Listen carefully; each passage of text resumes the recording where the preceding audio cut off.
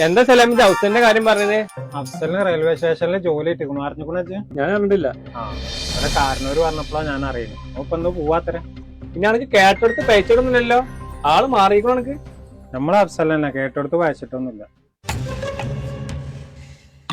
ആ വരുന്നു അഫ്സലാ വരുന്നു. ഓ ഒരു നടത്തത്തിന്റെ ശൈലിയൊക്കെ മാറിക്കണല്ലോ. ഒന്നും മുണ്ടണ്ട. പിന്നെ നമുക്ക് ഓനെ ആക്കി കൊടുത്താലോ? ഇനിയിപ്പോ ഏതാനും ഒരു ജോലിയൊക്കെ കിട്ടിയാലേ.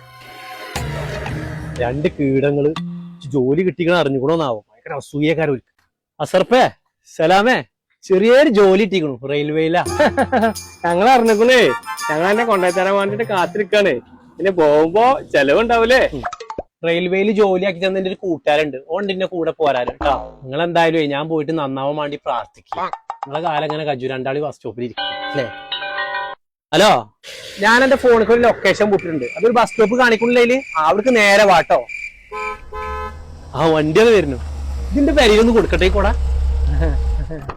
സലാമേ കോട ഇതാ തൊടുക്കണ്ടിട്ടോ.